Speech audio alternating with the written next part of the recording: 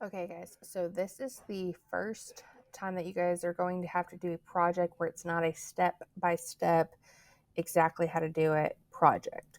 This is going to be a self portrait, and because everyone's faces look different, obviously they're going to be different. So I'm going to start with new file, and let's see.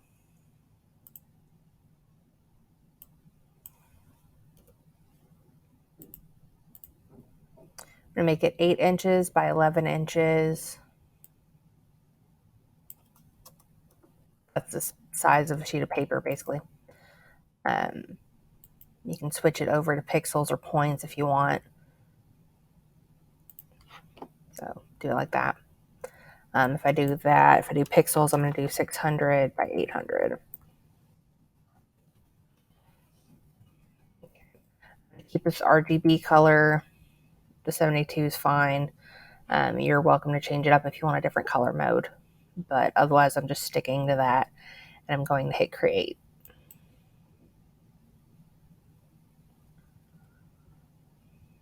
So you will need a photo for this. You're going to have to find an image that is school appropriate that you can send to yourself via email or Google Drive.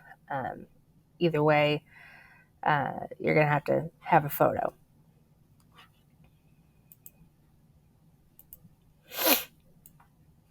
Let me see where I put mine.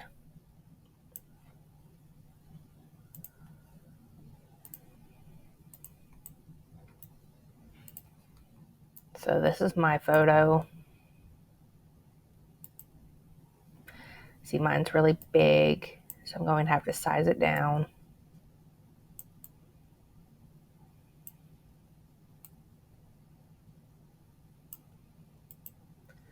Okay, so I'm going to do this in layers.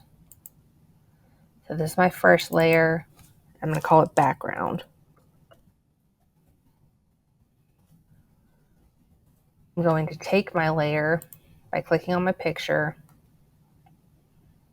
and go up here to opacity and try to change it down eventually to, see, I can go from 100 to whatever. Most of the time I'm going to have it down.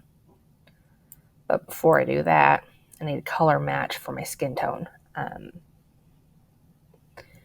I can go use my eyedropper tool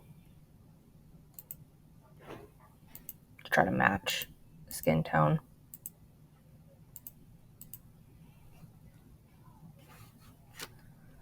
Okay, so then now that I have that skin tone at least, I can go click on this, change my opacity down. I just need to be able to see it, but it not be completely in my way. I still need to be able to see what I'm working on. And I'll lock that, create a new layer. And this one I'm going to label face. So there's different ways I can go about doing this. If I switch this from my fill to my stroke, I can come over here, which if you don't see this curvature tool, you can go to Window, Workspace, Essentials Classic. If you need to, you can hit Reset Essentials Classic. So if I start with that, that's going to create an edge for me. It's going to create a circular shape for me. And I can follow the curve of my face to do that.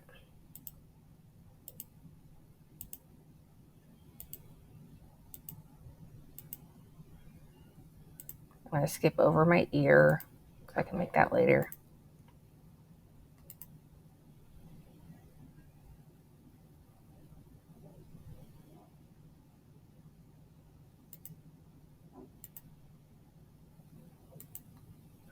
Okay, so that's the basic shape of my face. And then eventually I can go and put that in so that I can have that for my face. So that's one way. Set that over here for a second. You can also just use the pen tool.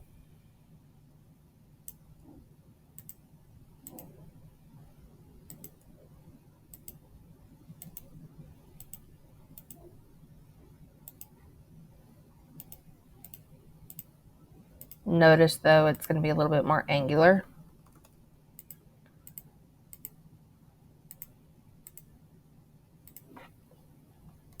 So I can go back in and mess around with my angles if I want to even it out. So that's another way.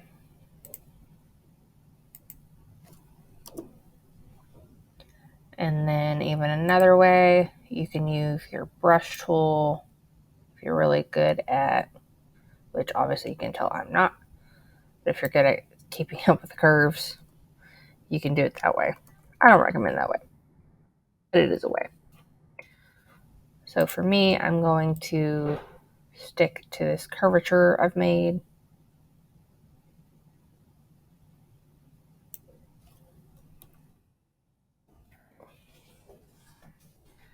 And that is my face for right now. I'm going to go and change the color of it later, but I just want my outline right now. And then I don't have to try to use a brush tool to like fill it in because I can literally just flip it and it's filled in. Okay. So lock that for now. And that is how we make our face shape. I'm going to start other videos to be able to show you how to make each part that you're going to have to do here. So this is part 1.